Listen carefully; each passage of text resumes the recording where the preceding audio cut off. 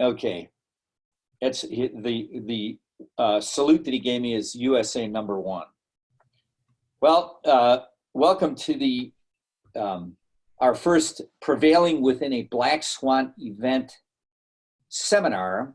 This is technically called a video conference, and we are, because of the number of people coming in, which is maxed out or will be maxed out at 100.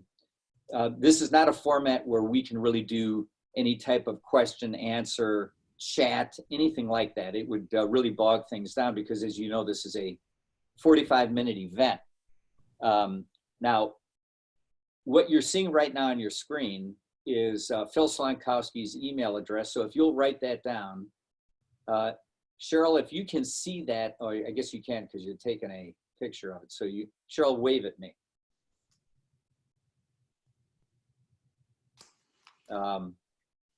Okay, so you can hear me okay, right, Cheryl? Okay, good. So you'll want to take a screen picture of that or write it down. And this is how you get in touch with Martha Ann. Martha Ann, is that a good email address? I hope. Yes. It's Keels 119. Yes. Keels 119. And then here's Bobby Elliott's. And what we're going to ask you to do is you are welcome to email us any questions, comments, or concerns, because this is the first of a 3-part series. And this is your first announcement, this being a 3-part series. We'll give you more information about the next one if you want to log in at that time. So now you have that information. Now, what I'd like to do is have each of the people introduce themselves. Let's start off with just a bit about their qualifications. Phil? Hey, Jerry. Yeah, as Jerry said, I'm Dr. Phil Slonkosky. I am a co-owner of an office with 6 doctors. We have 32 full-time team members and a few other part-timers. We service about 13,000 patients, provide pediatric dentistry, general dentistry, orthodontics. We do third molar extractions and just about everything else with a very high hygiene base. And we're a rural setting. That's kind of where we're at. Bobby. Yeah, Bobby Elliott from Cary, North Carolina. I'm also a partner in my practice. I started from the ground up in '98. My partner's been with me for 11 years. We manage a team of 13. This is my 21st year of practice. We are more of a sedation practice. We have in-office GA that we offer. And right now, we are hoping to get back as soon as everybody else can. But I serve on the committee for AAPD for the annual session, as well as head up our local on-call group and study club. So things like this sing greatly to my heart to do things like this together with y'all. Martha Ann. Hi, I'm Martha Ann Keels. I'm down the road from Bobby, and I live in Chapel Hill, North Carolina, but my practice is in Durham, North Carolina, and I have 2 wonderful partners. We have a staff of 15, and I'm a hybrid. In other words, part of my time's at Duke University I have an NIH grant funded. And probably for the first time, a lot of people can spell what I got my PhD in, which was epidemiology. Because for the longest time, people thought I was an insect specialist. But I actually got my PhD back during the HIV epidemic. Never thought I lived through a real pandemic. So I'm really reconnecting with all my epi buddies around the world. Wonderful. I'm Gerry Samson, and I am not the Tiger King. What our purpose is for this first 45-minute event is we are not going to be involved in finger pointing or name calling or laying blame or any type of politics. What we are here to do is to get away from what people have been mired in, essentially in quicksand of sinking into the doldrums of what's going on worldwide, what's going on to the specialty, and what is happening to each of us individually. We're going to stay away from that. In large part, what we are after doing here is to explain how each of us is standing up again after being kicked in the stomach and knocked down. So it's not the kick in the stomach part, it's the how you standing up after you get hit pretty hard. In large part, I think that hard hit has a tremendous amount to do with things have been going so well for so long. My entire career, I finished my orthodontic training at Northwestern in 1981. And there has never been really a glitch for me personally or in my practice. Every year has been a better year. And I think that's true for a lot of people generally, that things have always gotten better from a professional standpoint. This has been described, for example, as the golden age of dentistry, the golden age of pediatric dentistry, and the golden age of orthodontics. Well, and most of you know I'm dual trained in pediatric dentistry and orthodontics. I like to claim rather quickly I have the heart of a pediatric dentist. So what's happened is we have been just sailing and now absolutely bang, gotten hit against a brick wall. And it's a shocking surprise. It's termed a black swan event. And if you look up the definition of a black swan event, it's a metaphor for an event that comes as a complete surprise, has major effects, has long-lasting effects, and is often inappropriately rationalized after the fact through the benefit of hindsight and finger pointing. It was a term coined before people understood there actually were black swans. We are in essentially, and I think that all of the panelists will agree, we are in a crisis event. Now, what is the definition of a crisis? It's important to recognize that all of us, the entire world, all of your friends and family, all of your team members are in a crisis. That's intense difficulty, which yields trouble and a very, very real threat of danger. This is a redefinition of what the most popular thing is in business development and business imaging, which is now culture. The idea of a mission statement is essentially passé. It's a statement of culture. And the definition of culture is the behavior and belief characteristics of a specific social, ethnic, or age group. Well, all of our cultures, whether it's personal, professional, doesn't make any difference. That has completely changed with no warning. What our purpose is to redefine how that culture has to be modified in order to not succeed, not survive, prevail. I think that's the operative term, is how will you prevail? And wringing your hands and listening to war and horror stories will not prevail. This is a test of leadership.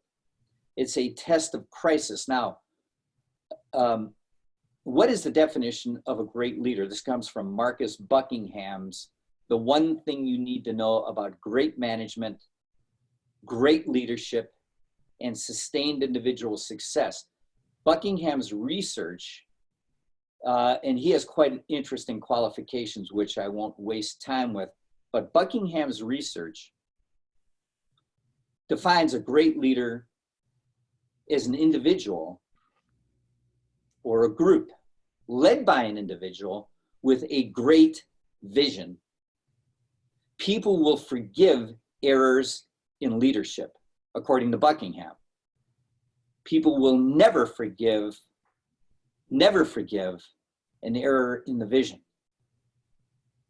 So if we come across with the wrong vision of where we are leading our organizations, people won't forgive that.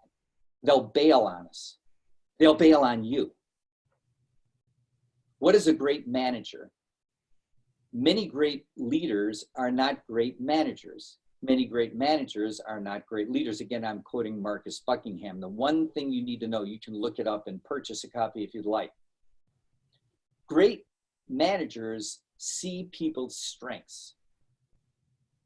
they have a gift to see that. Sure, they have additional training, but they have a gift. And great managers put people in position to exercise that gift. And they never micromanage, not great ones, never. So obviously where I'm going with my part of the presentation is it is incredibly important that you individually identify your culture and how it is going to change. What is your vision for coming out of this thing? Because I disagree with anyone who says we're going to just bounce back. No, we're going to crawl back, but we're coming back. Unless any of you who have ever competed, any of you who have ever played a musical instrument and been serious at it, you know that if you step out to compete, if you step out to play, and your vision is, today's not my day, you may as well stay in the locker room because you're already get defeated. We cannot afford to do that. This takes a major commitment. It takes a major commitment on our part, on your individual part. It takes a major commitment from your team. Getting that commitment verbally as well as potentially, depending on your way of motivating people in writing, really is essential. If they're not committed to what? To the vision of prevailing. And what we're here to talk about is what that vision is. In our discussions between the four of us, what we started doing was, I had a question for each person about how have you picked yourself up off the floor? What have you done to get your legs back underneath you? For some people, they're still struggling. Like they're still either in denial or they're so anxious that they're depressed. At some point, if you're going to prevail, you have to put that away. The four of us in our previous discussions, which have been rather lengthy, I was quite fascinated to hear what Phil had to say. And Phil's position here, as far as his leadership in this particular seminar, is going to have to do with that. Phil, what do you have for us? Thanks, Gerry. I think you set the stage in a great way. You know, I think when the four of us first started talking, you know, the first thing that we were trying to do is to kind of wrap our minds around what just happened. And so the goal that we have, and first off, thanks to everybody who's joining. We've got over 70 participants here, and so that's pretty awesome that in a short notice we've, you know, rallied within the Gnathos and Dental Directions community. So thank you all for joining us here. You know, how do you begin to wrap your head around what we all just went through? You know, I remember a conversation Bobby and I had last week, I think, I mean, this is the first time in my career where I literally wake up and I wonder what day it is, you know? I mean, you know, that's an odd place to be. But Bobby and I were having a conversation and we were both agreeing that for the first time, we kind of felt like we were getting our heads above water. We'd made a number of important decisions that we could then move past. And we were starting to see that small light at the end of the tunnel, enough so that we could start saying, okay, now we're ready to go into an action mode in terms of what's it going to start looking like when we come back. And I think the stage that you set about that we will prevail is the right way to look at it, because we will come back. We don't know what that's going to look like, but at the end of this journey, we will be back and we will be practicing. We will be providing the same care for our patients, maybe a little different, but we will be back and we will find that joy. Excuse me, I think what Bobby had to say, Bobby, you made a very interesting comment yesterday that pretty much lit all of us up about the pause button. Yeah. So if we think of this as a song that we were singing or listening to in our practice and somebody just pressed pause, that analogy is that we're coming back to the same song. We're coming back to do what we did before. We just are taking a break. The music isn't going to change.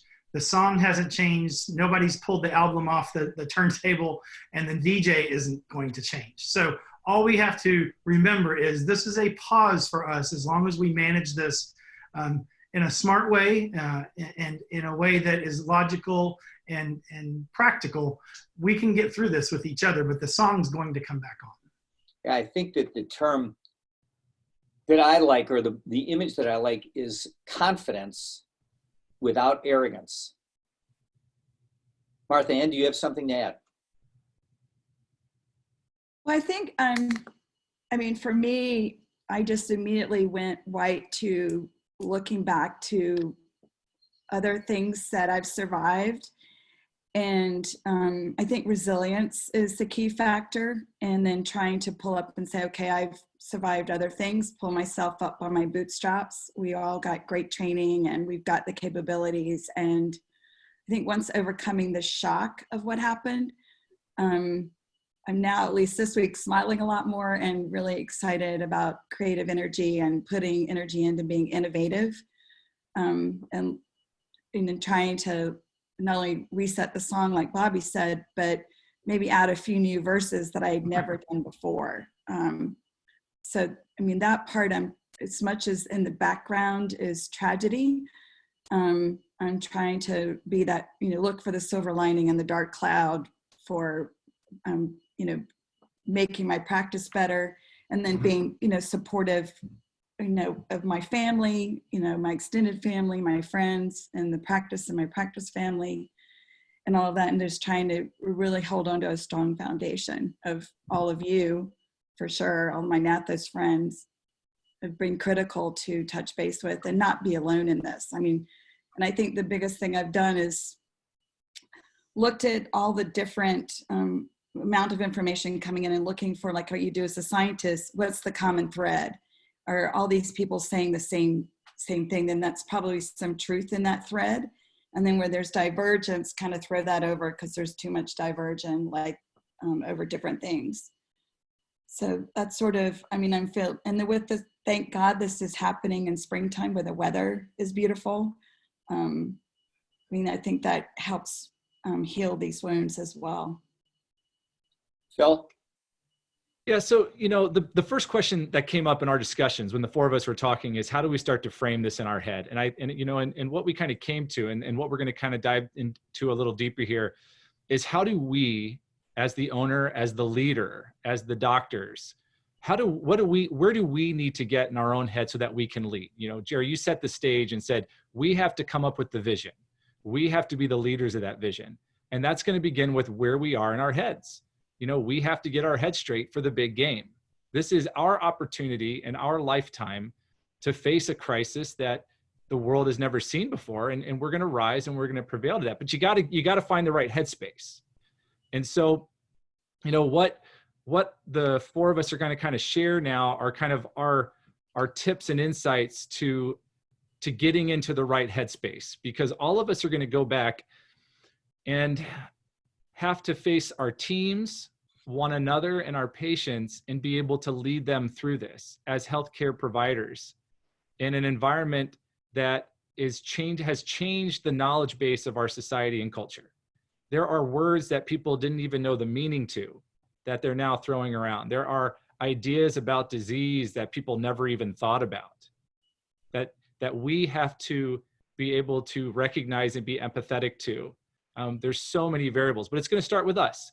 And so what I kind of want to share here briefly, and then the rest of us can kind of start chiming in, is, as I've taken a deep dive over the last few weeks looking at leadership and looking at, other companies, other periods in history where crisis has occurred, there were kind of three themes, as Martha Ann so beautifully said.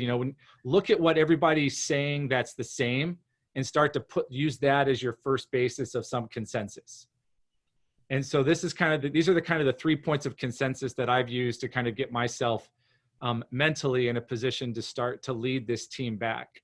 Because, we're still waiting to hear when that's going to be, but we know it's going to come. And so let's start with kind of the three. Does that sound good, Gerry? Yes.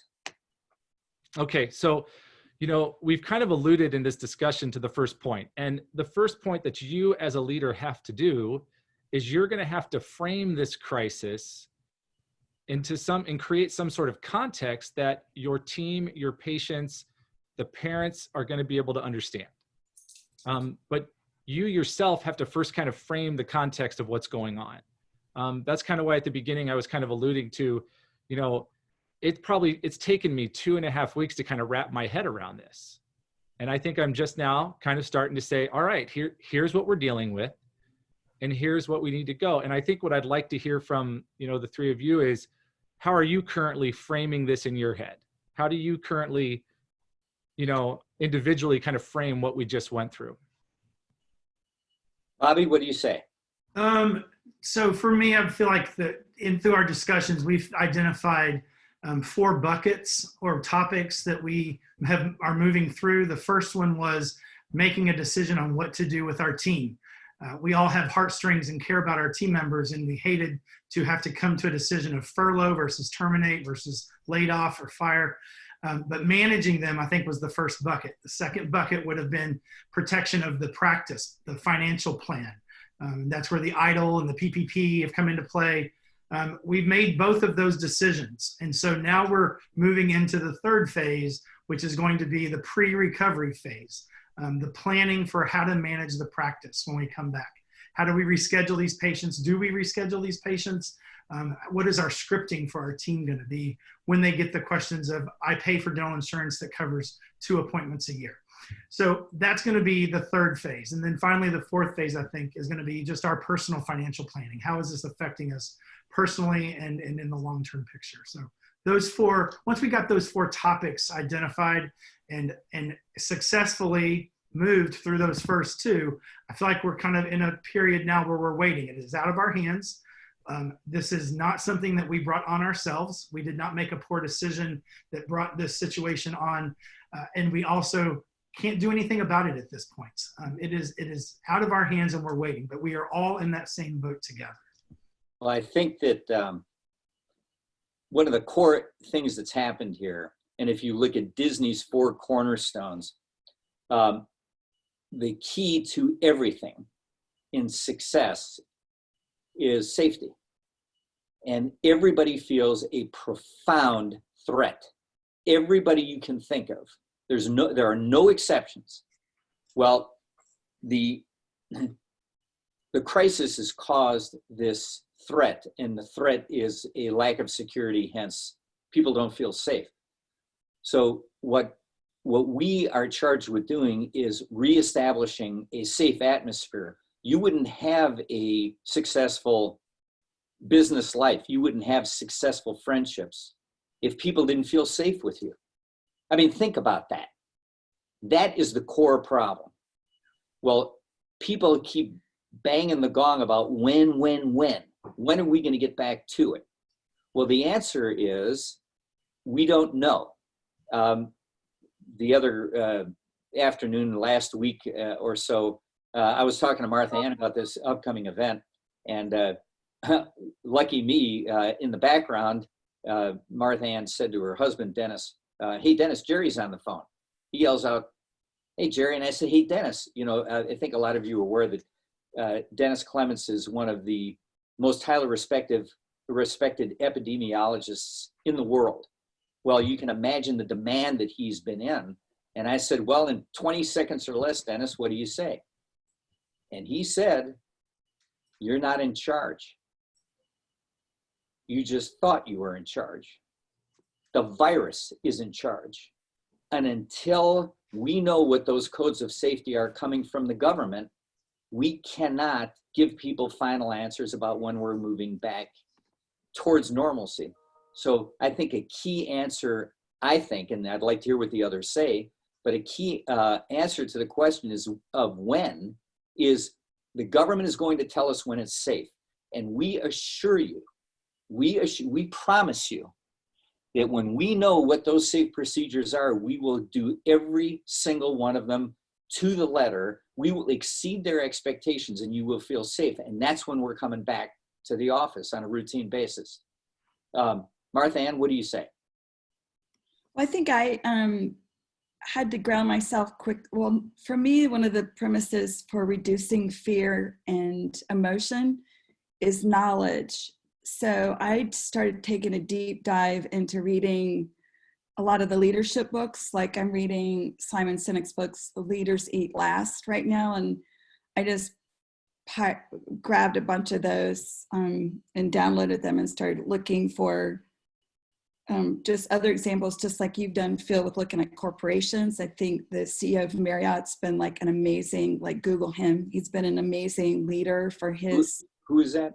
The CEO of Marriott Hotel. You can just Google his, what he's saying to the hotel, the people in his hotel, and the language that he's using. And then I also had to be mindful that I forgot that I'm actually in one of the risk groups, and my husband is over 70 and I'm getting close. And I went, because the kids all said, you've got to be careful. I said, what do you mean I have to be careful? I'm fine. And I went, no, you're old. And I was like, oh yeah, that's right, I'm old. And I said, well, okay, I need to survive this. So, it's not natural for me to think about myself, but for the first time I said, you know what? I got to reinforce my immune system and make sure, because our team is on call for Duke, and we're trying to pull as many emergencies out of the ED into our clinic. And then I've been in on the floor doing consults the entire time. So just trying to make sure I stay healthy, and then just working on my, shoring up my vision about how I communicate with the team and all of my teams, that I'm appropriate. I think just all that knowledge has really reduced my anxiety and helped me sleep better. And I think the number one thing for your staying healthy is, really good sleep and exercise and eating the right thing, and probably getting some of the natural vitamin D outside, breathing some fresh air. Yeah, I think from my standpoint, and I think what we're hoping to do here is tap a button with each of you that's listening to this information about what fixes you.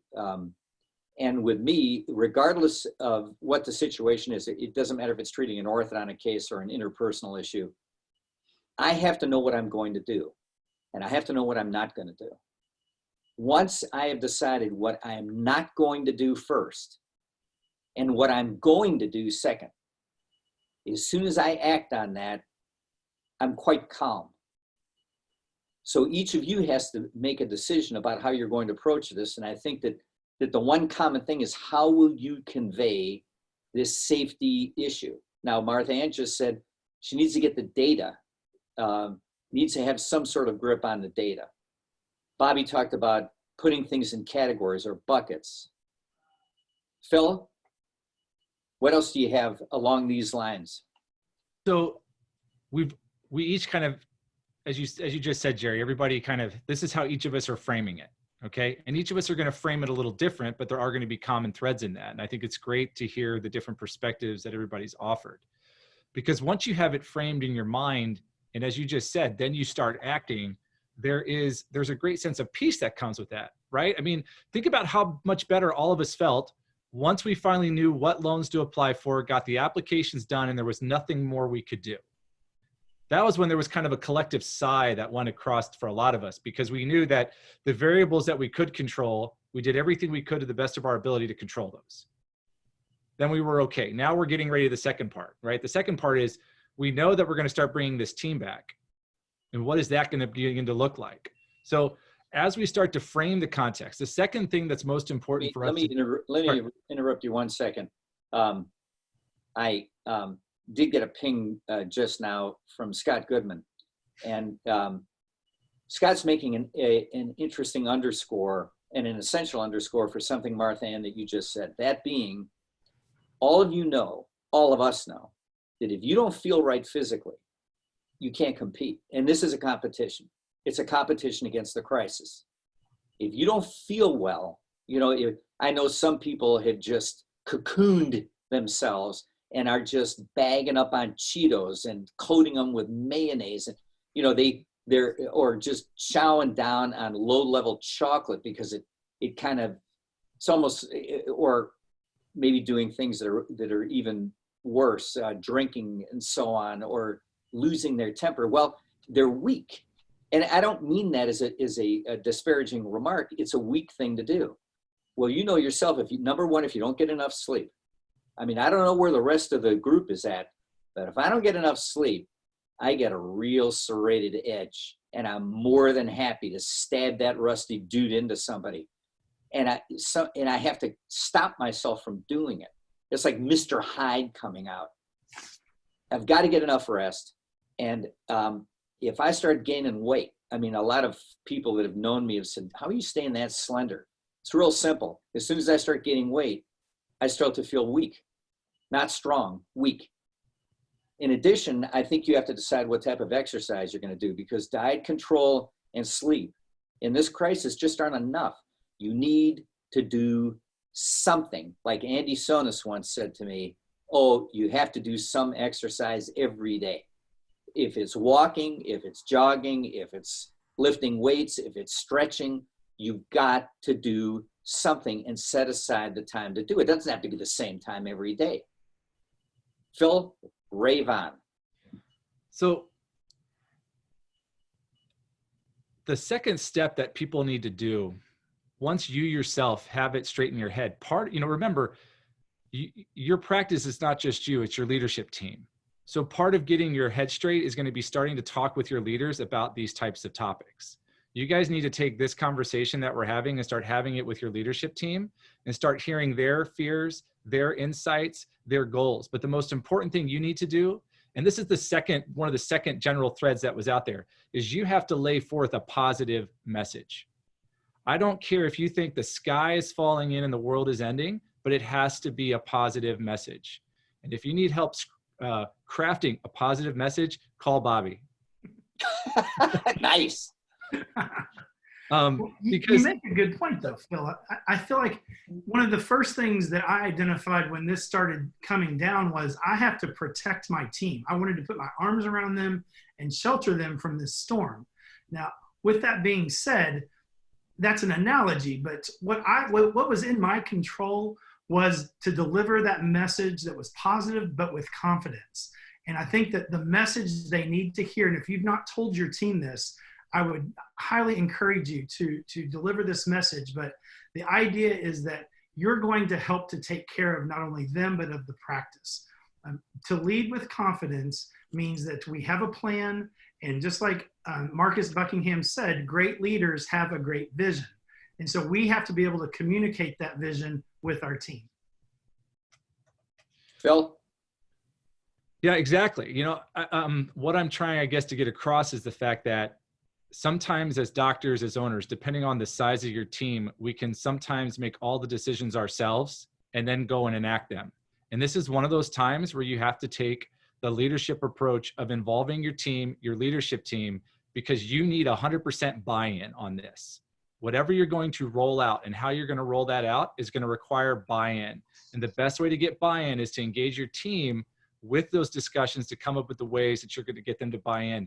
And for us, at the very least, we have to stay positive, because they're going to have a lot of stuff. And we're going to, in one of our upcoming sessions, we're going to talk about how to roll it out with the team. So this is not the forum for that in this 45-minute session. Yes.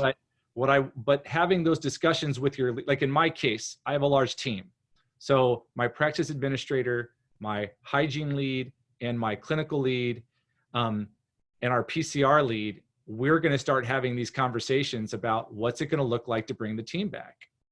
And then we're going to take that collective message and then take it to the team. But I can't make all of them in my head. My vision is staying positive, you have to be able to create that image for your team of what it's going to look like on the other side. When you look at leaders throughout history and leaders of corporations, their ability to create what it looked like on the other side was essential to getting people there. Now, that can be difficult for us because we don't have all the information, and the safety is a big question right now.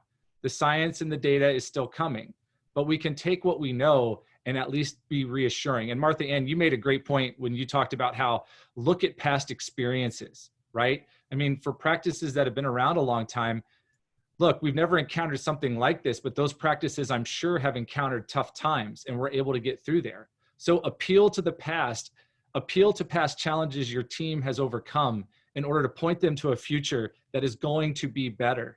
And make sure that you can frame the context of the conversation so that they look at this as a once in a lifetime opportunity to rise above and to be a better person. that these opportunities and challenges that come before us, we can be better on the other side. So that's kind of this, that's the second one. Did either of you guys have anything you wanted to add to that as kind of the second part? Just So that Oh, go ahead. so with our leadership team, we kind of did, so we're broken up into a skeleton group of people still functioning, but we have I noticed somebody pinged and said, give me an example of the vision. And there's a door that we all go through, and we immediately decorated the door with DSPD strong, like Boston strong, New York strong, and those are the initials of my practice. And then we surrounded it with the words of strength, of creativity, collaboration, brilliance, strength, hope, stamina, courage, flexibility, and resilience. And those are words that anytime you come through the door of our practice, you see those positive messaging. So that's one example of trying to, how our leaders in our practice came up with a vision of trying to communicate that strength, that we're going to survive it like Boston survived that bombing during the marathon. So that was just, one of examples of, what I'm trying to do. And then I think the vision that you're communicating, I think getting all of your team, as including your family, and in my case, my 90-year-old parents, communicating through Zoom, is once you've got what you're communicating, doing it through whatever vehicle you choose, has been a lot of fun. I mean, I think when we get to make the list of all the things that we're doing that we never did before, we're going to be so happy, proud of ourselves. Like, when did we ever get this time to do this and connect like we are? Yeah, I think when you're making these, when you're making a plan, it has to be organized. I mean, for me, I need to write things down. But as you look at a checklist, and for me, the most effective thing that I do, that I can do myself, is I write things down in a random order. I mean, completely at random, not categorized. And then I start going back through those points of the plan of action. And what I actually do is I read each one of those, I think, will I regret bringing this into action? Is there what is the downside of bringing this point into action? Now, I think, and then I'd like to hear what Bobby has to say. One of the things that I mentioned in the beginning is that that was just underscored in a big way by Phil, is you need a commitment from everybody in the team that they're on board with this, that there's not going to be negativity. No wringing your hands, no woe is me, why did this happen to me? No, there's no room for that. Bobby, what do you say? Well, to follow on that thought, in this delivering a confident message, before we left, when I knew in my heart, I put my epidemiology hat on, my microbiology hat, we were in this for the long haul. One of the last things I told my team was, we've been here before in a different way. Over 21 years, we have gone through some incredible struggles, both personally and professionally.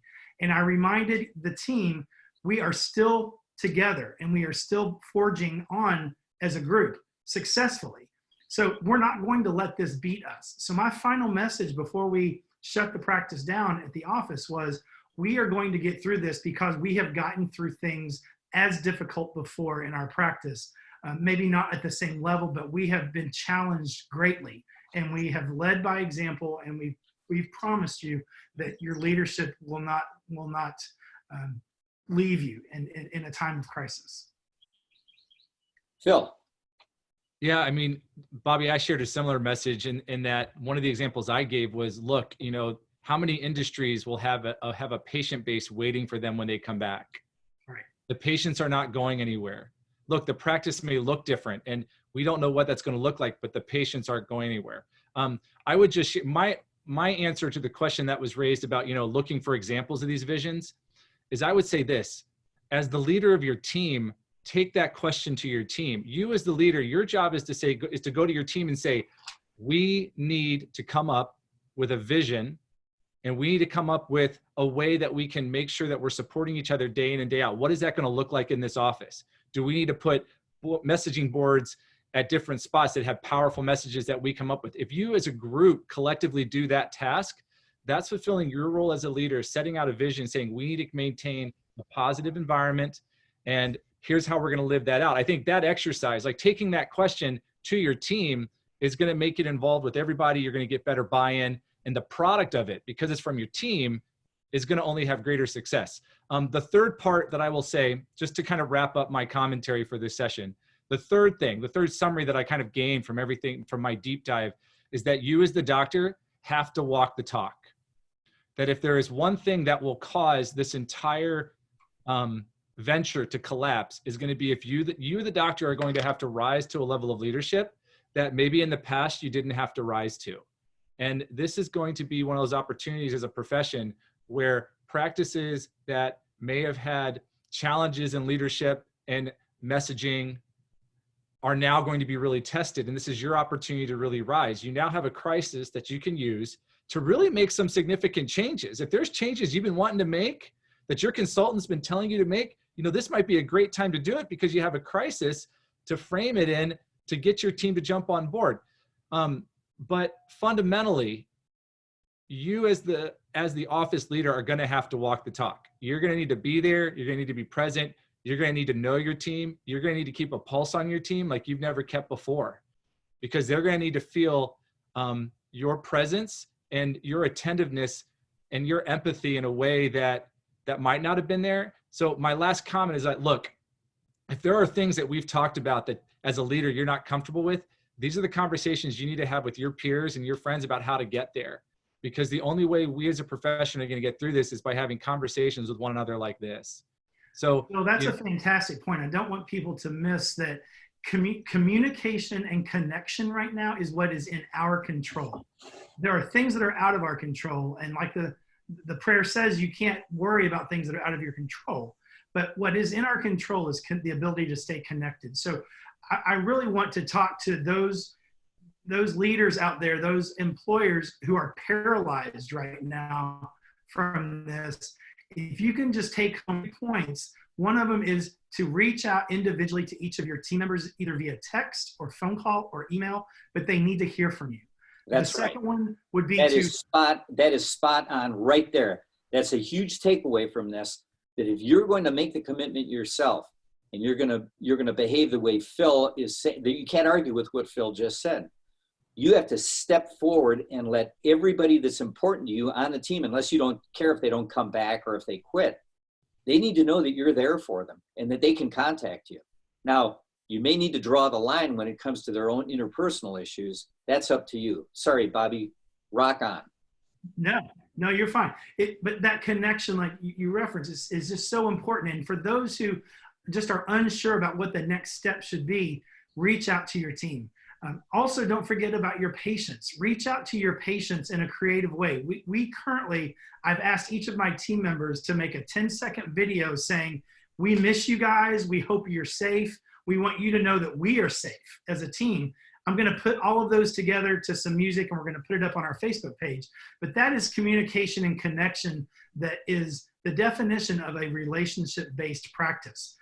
We are a relationship-based practice not only with our family of patients. We feel like they're in our family and we're part of theirs, but within our family of employees too, our team family. That connection is what will allow us to weather this storm. Martha Ann, any concluding comments, please? I guess I know many of you have probably done the Kellogg or Wharton leadership training, but I pulled out those notes as well. And those really apply right now in terms of, I think everyone around you has ears this big listening. So my staff and my family has said, I'm going to tell you what I know. I'm also going to tell you what I don't know. And I'm going to tell you when I'm going to update you. In other words, and I think an example being at Duke right now is Duke learned that people were getting overwhelmed being updated every day. So Duke is only updating the staff on Mondays and Thursdays at 4:30. But I'm only updating my staff once a week on how I view the landscape of what's happening. And then the other thing is that fast and slow, which there's a book about that, but also Kellogg reviewed it, is if you are confident in what you're your decision is go fast. You know what you're doing, do it. If you're not confident and you're feeling slow, then gather more data. So I've been relying on some of those principles, but also one of the greatest healing things you can do is gratitude and being grateful. And I jokingly always tell my patients to EFG it every day. E is exercise, F is floss, and G, be grateful. But my staff, we've all rallied around being grateful and donated us a mask and things, but sending messages to your local hospital, but really heartwarming of things that we're not necessarily on the front line, but we can certainly give heartwarming things to other people and be comforting. And, for me, I'm, sadly, really, my 90-year-old parents are in an assisted living facility, and they're just as Rachel Maddow would say, the tender for this fire. The bullseye's on them as I'm writing letters and getting my staff to help me write letters to the representatives and senators to say we've got to do something to protect the elderly in nursing homes. And that goes to anywhere where people are clustered. But I think getting out of your head at least once a day to think, what can you do to help put a smile on someone else's face is really, and my team have just jumped all over that. Like they're all over wanting to help. How can we help? Let's do something, what can we do? And I would say, and wake up every day, whether you meditate morning or bedtime, is think of one thing you're grateful for. And I think, I'm super grateful for all of you. It's almost like when you go to Chick-fil-A, back when you could actually go inside, if you remember those days, and you get the sandwich, and you'd say thanks, and they'd say my pleasure. They always say my pleasure. They're like robots saying my pleasure. Well, my point is that a lot of people routinely say, I appreciate you. But it's a throwaway comment. It's not said with the sincerity that it needs to be said. And I think that your plan moving forward needs to include, there is some science behind this by a researcher named Lindahl. And what he talks about is that when team members are surveyed about what's most important to them, the salary is not number one. The bosses think it's number one. Lindhal, Linda Hall. At any rate, what the team members say is single most important thing to them is being appreciated. Think about the last time one of your friends or your significant other or one of your children said, I want you to know how much you mean to me and what you've done for me. Or someone that bought you a gift that you really wanted, and you wonder, how did they know that's what I wanted? And it was something minor, it wasn't something expensive. How much did that mean to you? Now, Can we take that thought one step further? Yes. We just went through Dental Assistance Week in March prior to us leaving for this pandemic. Secretary's Day, old term, admin professionals day or week, we make it in our office, is coming up in the middle of this month. Take time to write each of your admin people, a handwritten note that just says, I am grateful for you. There is so much power in a handwritten note of this day and age of technology that a handwritten note can go a long way. Gratitude that we are talking about comes in many forms, but I can tell you that we have time on our hands like we've never had before. Take advantage of that. I have written personal letters to my mentors along my life that had a profound impact on me. And I took the time to write a letter to each of them at this time and just say, I want you to know that you made a difference in my life. And at this day and time, it can't come at a better time for this opportunity of time we have in our hands. Gratitude goes a long way. Wonderful. This, Phil was in charge of putting this particular meeting together through Zoom, and it has been recorded. It is going to become available, and Phil is going to post it. Phil, tell us what you're going to do with your, from my standpoint, what I'll be doing is if you received an email notification from me, that an invitation about this conference, about this panel, you're automatically going to get a link to the video once Phil has put that together. And Phil, didn't you say you're going to put it on YouTube? Is that what you're doing? Yeah, so we'll break this video down, put it on YouTube. It'll also be posted on as a podcast through the Passionate Pediatric Dentist. So between your listserv and however, all the different listservs that we use to promote this, we'll send that link out there. And that'll probably be done here in the next few days. Depends on how much free time I have. Well, on behalf of the entire panel, during these shadowy times where the shadow for some has turned into a ball and chain that they're just dragging around, it's been our distinct pleasure to be with all of you, and you will receive a notification about our next meeting, which we're going to agree on that, but it's going to be short notice. Our original discussions included that it's going to happen this coming Thursday. Am I right about that, Phil? Yeah, Thursday at noon. Thursday at noon, you will receive the notification. Be safe, be well, be vigilant. Rock on. Thanks, everybody. Thanks, everyone. Appreciate you all attending today, taking time out of your day. Thanks, everybody. Send us questions.